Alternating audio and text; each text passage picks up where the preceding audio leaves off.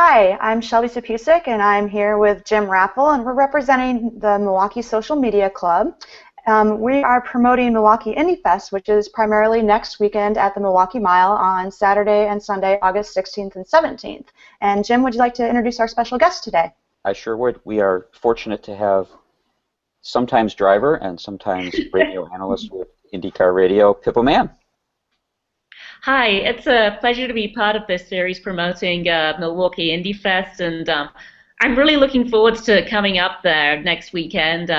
Wish I was driving, but radio booth is the second best seat in the house as far as I'm concerned, and so can't wait to get up there and help call all of the action for IndyCar and for Indy Lights actually at that event.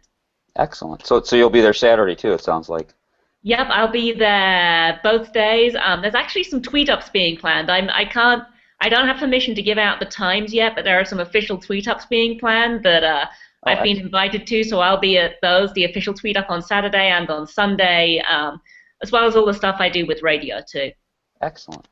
So let's just kind of get into some questions, and so because we're working with Social Media Club, we're going to try and focus on the social media aspects of IndyFest, and just as a driver and as a radio personality also.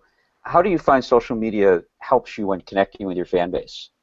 It's absolutely huge. It gives me the opportunity to speak to people whom I wouldn't normally get the chance to speak to. It gives people the opportunity to speak to me who wouldn't normally have that chance. And it's just this great way to have interaction and to find out what's going on in their world, what's important to them, and to share information. In particular this year we had a big push with the Susan G. Komen car to help try and raise funding and awareness at the Indy 500. Before the days of social media, that kind of thing was so much harder to do through a sporting event, and these days it's so much better. Then from a radio standpoint, we've actually tried to introduce a little bit of social media into the booth this year with some various Twitter lists and screens going on that I monitor along with the on-track screens and the lap times. And we don't try and do it in the race. I'm going to say that right away. But in the practice sessions, it gives people this great opportunity to ask Paul and I questions while we're on air by tweeting at us. And when we see those questions, sometimes they're very good, relevant questions that we either haven't covered yet in the session or that we just simply didn't think of to answer. And so it's great to have that perspective from the fans and to be able to try and answer those questions on air. And I'm gonna skip actually because I think you sort of answered our second one about strategies. Sorry. No, that's fine. It just kind of rolled in. So I just started following you on several of your channels, and I think I know. I'm noisy. Well, I think I know what your answer is going to be, but I'll let you answer. What's your favorite, preferred, or most successful social media channel for communicating with fans? The most successful one I have is probably Twitter. I have a very engaged audience on Twitter whom are awesome. They retweet stuff, they share stuff, they talk to me, they favorite things I do.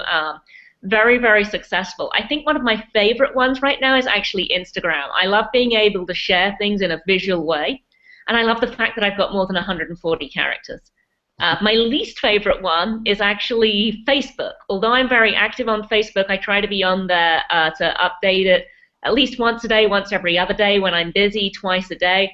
But Facebook is definitely the most cumbersome one to stay on top of when I'm sort of out and about and doing things, and definitely the least easy to use from that perspective as like a fan forum type place, whereas I find Twitter and Instagram seem to be much, much simpler to use as social mediums when I'm out and about doing things, whereas Facebook is easier to use by pulling out my laptop and sitting there and doing it, and that's not really mobile anymore. No, it's not.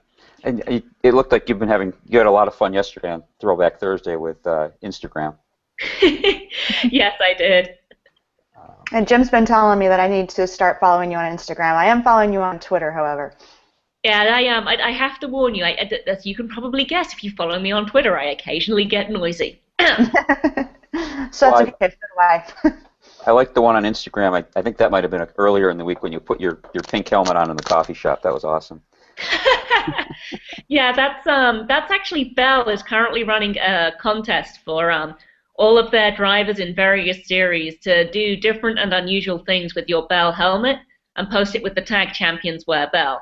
And I have this habit of doing this series of things where, including last year in particular for the IndyCar favorite driver vote, where we had me and my helmet sort of holding signs in various silly positions, including one that was asking people to vote for me because I didn't want to be the last one left in the playground because I didn't get to race much last year.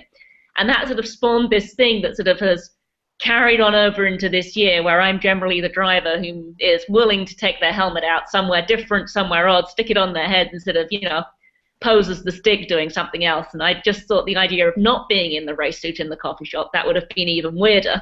But having the helmet on and, looking like I'm actually working on the marketing side would be a great entry to that bell competition. So you'll see a couple more of those, I think, in the coming weeks. Great. So what's your biggest success or surprise that's come from your fan base through social media? Ooh, I should have prepared for that question better in advance. That's actually a very, very difficult question to answer. I think the easiest answer to give you to that one was actually the engagement levels I saw this May, throughout the month of May, at the Indianapolis 500. I did list it as one of my least favorite sort of platforms for social media at the moment in Facebook, out of the big three that I use all the time, but my Facebook page only has around 8,000 people on it, and on race day morning, I shared a post that was a call to action to try and get people involved in the Race with Pippa program to raise money through the Susan G. Komen car. And it went out to 90,000 people. One post, viewed by 90,000 people. That's some good reach. And I didn't pay to promote it. I didn't pay to boost it. It did that organically from the number of people sharing. And we had much of the same thing happening on Twitter. There was one of the shares about the first announcement we did on Twitter got something like 250 retweets. That's amazing, yeah. But I mean, the engagement thing is just, it's been really incredible, very enjoyable, and it's actually it's a lot of use to me because I can take that back to Komen and show them how far things went and how engaged my fans were and where they reached. And that's really helping us with some of the other partners we're trying to engage with this pink car going forwards to 2015. That's great. That's great.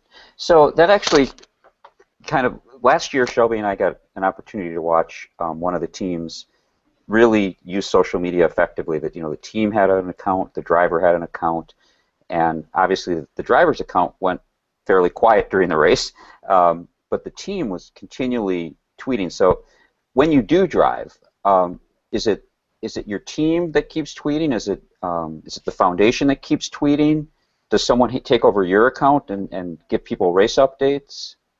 So for me personally, I've worked with the same PR person for years. She's called Hannah. She's actually based in England, believe it or not. But we've become friends, and we sort of, we don't want to be split up unless we have to be. So once a year, she actually comes over to the US for May. The rest of the time, my account doesn't necessarily get updated that much during races at the moment because, we can't afford to have Hannah come to everything that I'm doing, and I don't trust many people to get on there. We're always very, very transparent about whether it's her or I tweeting, and mostly everything you see from my account when I'm not in a racing car comes directly from me. And the only time it doesn't, it's very transparently marked as coming from her. That's great. That's great. Well, we're kind of coming up on the 10 minutes, and I think we've gotten through. I have one question, if you don't mind. Oh, go ahead. I would never ask you this, Pippa, if you were driving in the IndyFest next weekend, but do you have a favorite to win? Well, if I was driving, my favorite would be myself, obviously. Of course. That's why I wouldn't ask you if you were driving. Very good question. I'd love to see Justin Wilson and Dale Coyne Racing have a good weekend. I'm meant to be a broadcaster, so I'm not meant to be biased, but, that is my team, and he kind of has been my teammate for the past 2 years. I really think they're due a good weekend as well. They've been fast a lot of times this year and just, had one thing after another, and people talk about rotten luck. They've seriously had some. I would like to see either Simon Pagenaud or Ryan Hunter-Reay do very well, potentially win the race, because I think that's great for the championship. Mm-hmm. I would like to see Joseph Newgarden have a good weekend, because, it was so heartbreaking for everyone who was supporting him that heavily, I think, in mid-Ohio, where you had the pit stop and, just, the issues there, and that really could have been his first race win. So I would love to see them bounce back with a good weekend, too. So those would be my 4 picks, and those would be my reasons why. Perfect, and you spread the love around. I love it. Sorry. No, that's okay. All right. Do we have anything else, Jim? No, I don't. I'd just like to thank Pippa. This was great, and we'll look forward to hearing your radio broadcast and maybe running into you next weekend.